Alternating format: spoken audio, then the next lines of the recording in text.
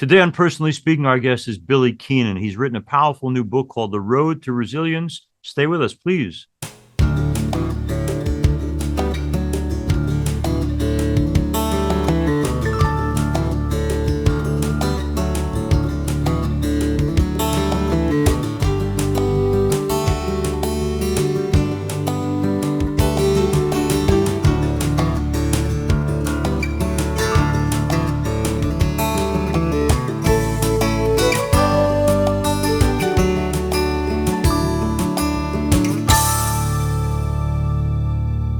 Hello and welcome to Personally Speaking. I'm your host, Msgr Jim Lisante, and Billy Keenan joins me now.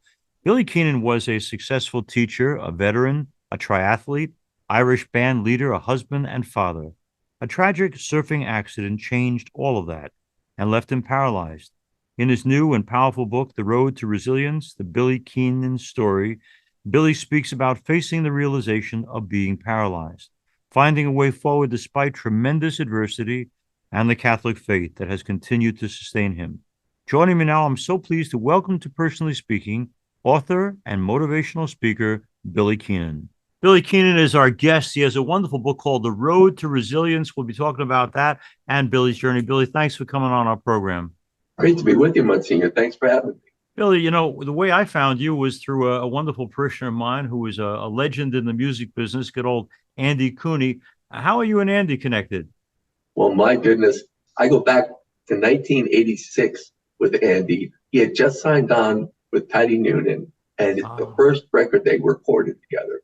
My dad was also an accordion player and step dancer, besides being an NYPD detective. Dad got the album, and I started listening to it, and I heard the Irish Wedding song. But the song that I mentioned to Andy was, what was it called? There was a great ballad that he recorded. And 1986, Andy and I are backstage at the St. Barnabas March concert. I was getting ready to go on with the band that I was attached to. And Andy went on as a solo and tore the house down. And we got talking. That was 1986. I was a sophomore at Fordham. So, yeah, we go way, way back.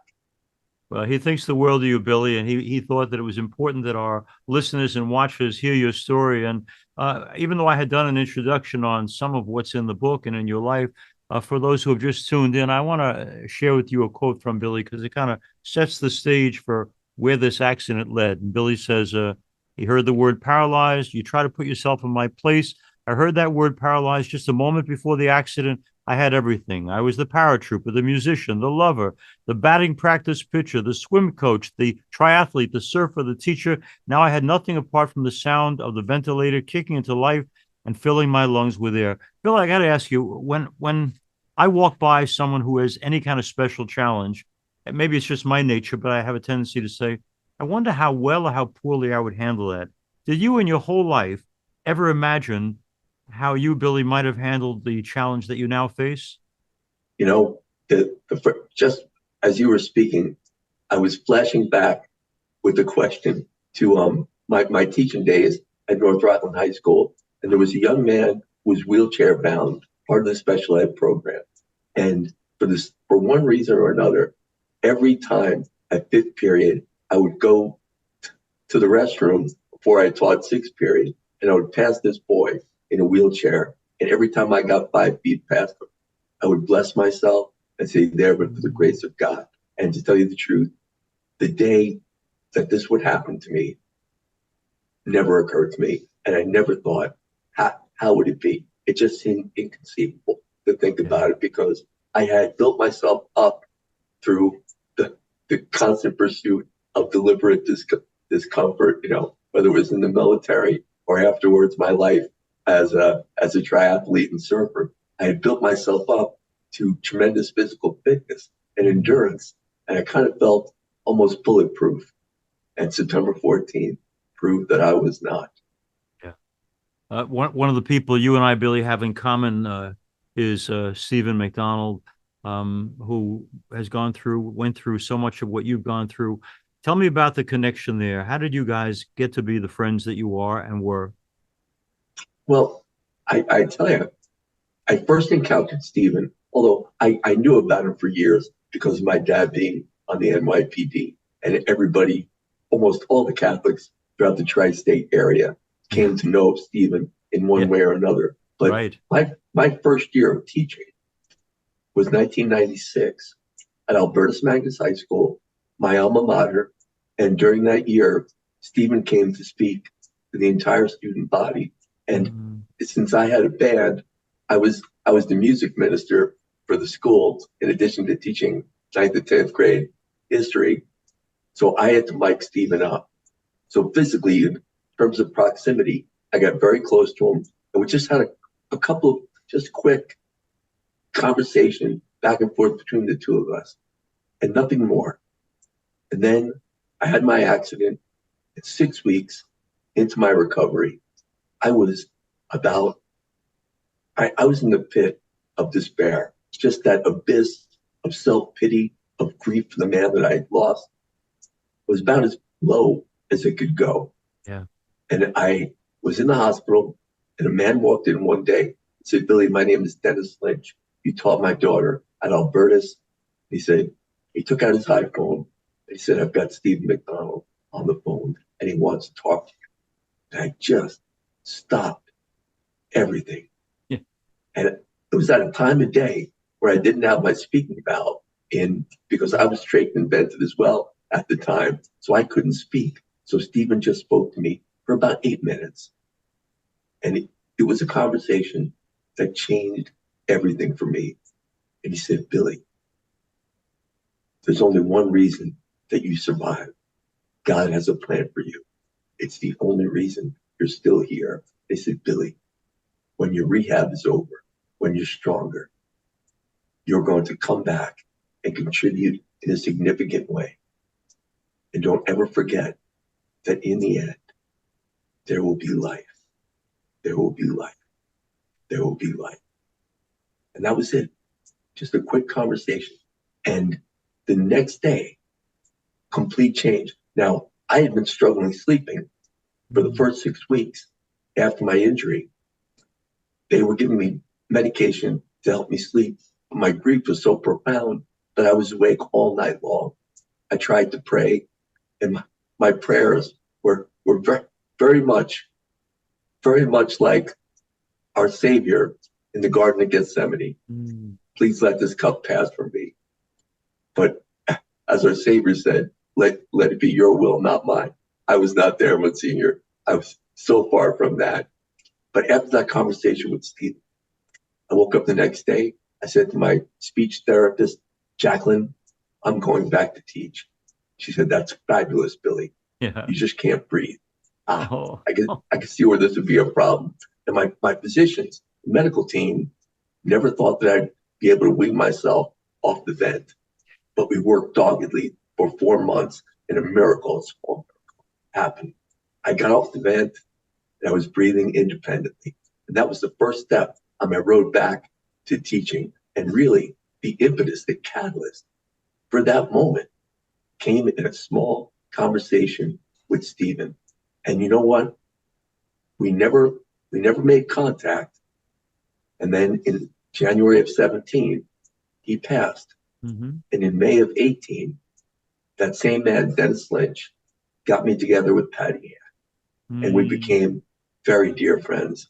And I always say to people, Stephen is a living saint. He was a living saint. But there would have been no Stephen without Patty Ann. Yeah. Well, that's a perfect segue, Billy, because I was going to say in pre-Cana, I say to all the kids, you're physically fit and beautiful and young now, but who knows where any of our lives will lead. And I say the best example of a marriage that truly was unconditional love of Patty Ann McDonald and Stephen. They had basically 1 year of marriage before he was paralyzed. And yet I have never met two people who loved each other for the rest of his life like they loved each other. You didn't have that kind of relationship with your wife, and I guess that's significant in that you were disappointed, betrayed, let down, abused in many ways. I have to ask you, going back in time, because I presume, but I don't know, that Stephen must have seen something in Patty Ann when he was courting her that made him say, "This one is the real deal." When you look back, not on the marriage, but on the time when you two were dating, you and your wife, did you see the qualities you thought were there but weren't, or did she change? Well, I was quite candid about it in the memoir. And I think, one of the great achievements and one of the things that I feel most at peace with is that in many instances, I'm not the hero, Msgr. Uh, I'm very open about, hey, I made a big mistake here and I paid dearly for it. yeah. Um, it- and this is something that I talked about with my confessor, a wonderful Catholic priest, Father Rob McKeown. He's from my parish here in West Nyack, St. Francis of Assisi. And, you know, I told him straight up, Father, this relationship was conceived in sin. And I rushed into an engagement. And in the book, Monsignor, there are 4 separate times where I attempt to break it off. I Wow. knew in my heart, in my gut, and that gut, Father Rob always tells me, Billy, that was the Holy Spirit telling you, blowing against your sails, saying, stop, this is Yeah. dangerous. And you know what? I got manipulated terribly, and I went through with it, even though all the signs were pointing to a problematic engagement. And a problematic engagement is only going to give way to a difficult marriage. And the years prior to my injury Hmm. were full of difficulty. And it got so bad in such a painful state that by the summer of 2010, I pleaded with my wife to attend counseling. And I set it up with a Catholic couples counselor because I wanted so much for God to be part of the healing, to be part of the coming back together and moving forward together. And my wife refused to attend. So I went for 3 sessions by myself. And then I really came to know true loneliness. And I soldiered on for the good and the safety and security of my 2 beautiful sons. Mm. And then, afterwards, after the accident and the betrayal and the abuse and neglect, as I stepped back from it all, it kind of makes sense in a very sad, twisted way. But wasn't it all predictable? Because you showed me what you were. Yeah. Billy, you've used a few times in this interview and in the book, you talk about going through the process of grief. And I'm intrigued, and I think our listeners probably would find it interesting to use that word. Is grief the same as depression, or is it entirely different? Well, I mean, grief, as Kubler-Ross lays out for us, depression is certainly part of it. And Yeah. boy, did I get there. There were days early on in my recovery when all I could do was cry. Mm. All I could do. And I would lose a day of therapy sitting in a darkened room at Helen Hayes Hospital, just bawling my eyes out. Yeah. And but I got past that. And I think that this is something that could kind of be generalized and I can impart to your audience. It's Hmm. that the goal after Stephen's conversation, that goal of teaching and the purpose, that brought purpose back to my life. Because I laid out a paradigm for myself, Monsignor, and it was this: if I can breathe, I can talk. If Right. I can talk, I can teach. If I can teach, my life, even in this wheelchair, my life will have purpose. Yes. My life will have meaning. I'll be a provider once again for my Yeah. wife and children, and I'll be a person not to be discarded. And better, best of all, I will Mm. show my kids, my 2 sons, Patrick and Kieran, that this is how a man carries himself, even in the midst of withering adversity. And that was kind of, that was the paradigm shift. And that was what I moved to. So I was able to get out of that depression fairly quickly. I got to ask you, those two beautiful Italian names you chose for your son. Ah, Right. Yeah. let me ask you, because our folks might not know that Billy was also someone active in Irish music himself. Take me back a little bit to your own upbringing as Irish American. How important is the Irish culture to you, Billy? Oh my goodness. Well, both my mom and dad are children of Irish immigrants. Okay. Dad's parents were both from the County Leitrim, and my mother's both parents were from the County Cavan, and they grew up in that incredible time in the Bronx, and it's in that beautiful song when New York was Irish. And matter of fact, the guy who wrote that song, a man named Jesse Winch, my parents, my dad lived on the first floor with his 9 siblings and his parents. They lived on the first floor apartment, and the Winches lived on the third floor. So my dad would hear flutes and fiddles and just incredible accordions and music sessions happening in the Bronx on the warm summer nights. And when I begged my dad for an instrument, they gave me a tin whistle at the age of 8, and I got my first tune, and a whole world opened up for me. And within about a month, I was listening to the stereo and learning jigs and reels just by ear. Then I graduated to the flute and the guitar, and at the age of 14, the electric bass guitar, because my brother and I formed a band with a fellow named John McCarthy, a drummer down the road. And I was playing gigs. And then I learned piano in my 20s. I got hired by a show band sophomore year at Fordham. I was playing weddings and festivals and parties and dinner dances. And it was a great part of my life. And when I graduated Fordham, I went on active duty in the Army. I was commissioned out of Fordham as a second lieutenant through the ROTC program. Okay. The guitar came with me everywhere I went. And I kind of a funny story when senior St. Patrick's Day of 1992, I found myself in Honduras.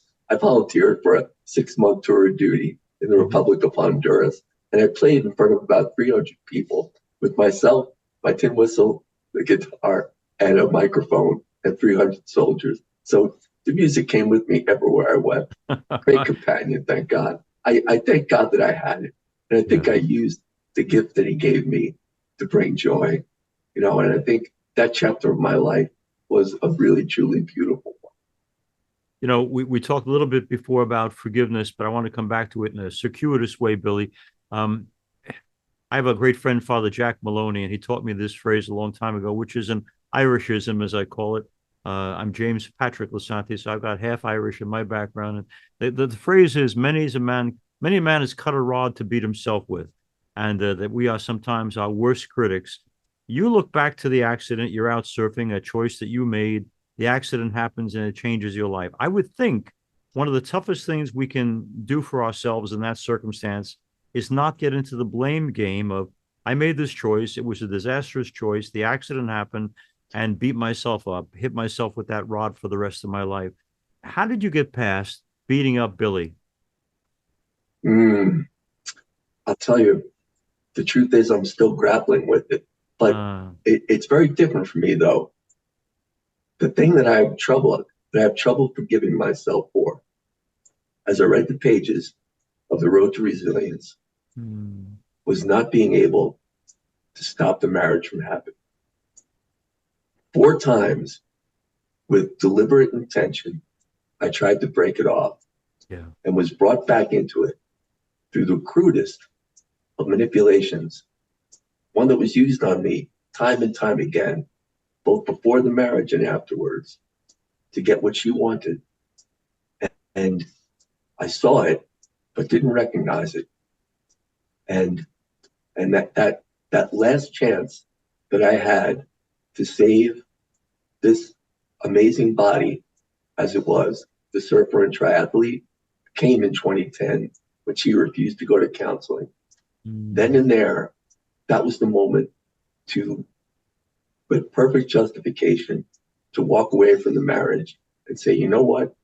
I did everything in my power to bring about healing and for my own health, to be a really, truly great father to my sons.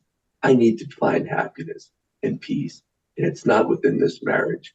But I stayed, and I only had 3 years left to live. And that's the part. I don't beat myself up for the choice of surfing. Right. It's that I should have left, because one of the things, when my wife realized how much I loved surfing, it was that she attacked and would find ways to keep me from the ocean. I would have a day of surfing planned, and I would take a day off from work, a personal day from school, and the day of, I'd be halfway out the door, and she would come up with a reason why I couldn't go or why I had to cut it short. And the cruelest thing that you can do to a surfer is to keep him from the ocean. And that's what she did. And that made me covet that day, September 14th of 2014. That was the day of the Jersey Shore Irish Festival. And I managed to find a gig playing with Celtic Cross, a great band from New Jersey. They were headlining the festival at 4 p.m. I called them up and said, hey, do you mind if I sit in on your set? Absolutely, Billy, bring the instruments. We'd love to have you. So I packed up and I paddled out that day at noon, just a few hundred yards from the festival stage. I paddled out at noon, and at 1:30, I was gone. I never made it. But my wife's constantly taking the ocean away from me made me look at that day, September 14th. I was owed that day. That was a makeup day. The day that was going to be about me, getting back the things that I loved, the things that she had taken from me. And that was the day that I died. Yeah. So something very spiritual and biblical about it. And the meaning of which, like I said, I still grapple with it. But the hard part is forgiving myself for not making the move to save my own life when I had the opportunity and the justification. Billy Keenan, for those who don't know, not is just the author of The Road to Resilience, but he's also out there offering motivational speakers to help other people. And he speaks wonderfully, as you can tell, but he also speaks from the heart. Billy, what's your hope with your talks, and what kind of folks out there might benefit from having you be a motivational speaker for their group? Wow. You know, in the last 6 years, my speaking life, I started at the high school that I taught at with a room of 20 kids, 20 seniors in high school.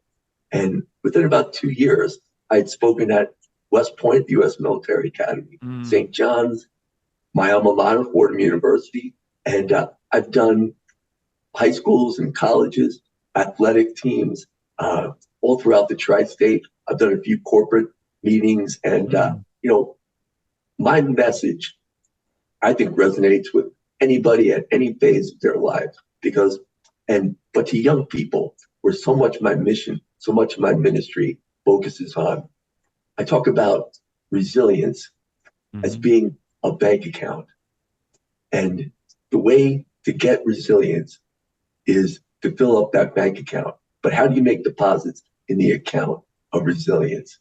And the way you do it, and I give them the method, is through a thing called deliberate discomfort. A while back, I read a book by a special forces warrior named Jason Van Camp, a true war hero. And he said that, and the book he wrote is called Deliberate Discomfort, How to Become Comfortable Being Uncomfortable. And I realized, wow, this is everything that I've done in my life. You know, I didn't have to go in the Army, but I did. I didn't have to go to airborne school and become a paratrooper. I didn't have to go to Honduras. So all of these things, I've been racking up deposits in the bank account of resilience. And I started making withdrawals, Msgr, the day I opened my eyes after a 2-week medically induced coma and began my recovery. I started making withdrawals. So I encourage the people I speak to, if you're feeling good, start making deposits in the bank account of resilience. Challenge yourself relentlessly and with joy in your heart. And when something goes wrong, if the world goes completely sideways, you'll have a full bank account of resilience to draw on. And resilience is nothing more than the ability to adapt to or overcome trauma, adversity, and major life changes. And that's the road to resilience. And that's the message that I've been bringing out for 6 years, and God willing, for another 6. Billy Keenan shared with us earlier in this interview the time he walked by the student who was especially challenged and prayed there, but for the grace of God go I. And the truth is, and I hope our listeners and watchers can repeat the same prayer, that any one of us, first of all of us are disabled in one way or another. It might be emotional, might be physical, might be spiritual, but what would my response be? and could I find, as Billy has written, the road to resilience. I want to thank Billy Keenan for being with us. I want to thank him for the directness and the honesty of his testimony. This is not a sugar-coated interview, and that Billy says it's life has not been easy, and the road is bumpy, and despair and sometimes grieving are a big part of the road back. But that one man, namely Stephen McDonald, gave him the first life preserver of hope, and that we can do that for each other too by being there for each other. Billy, you've already touched thousands of lives, and I think you're going to use the rest of your life to do the same. Thank you for your witness in the book. Thank you for the motivational speeches. Thank you for keeping on, and so grateful for having you on Personally Speaking. But Senior, thank you so much for having me. And I have to tell you, of all the things that I lost, and I lost so much, but the one that I got back was my faith.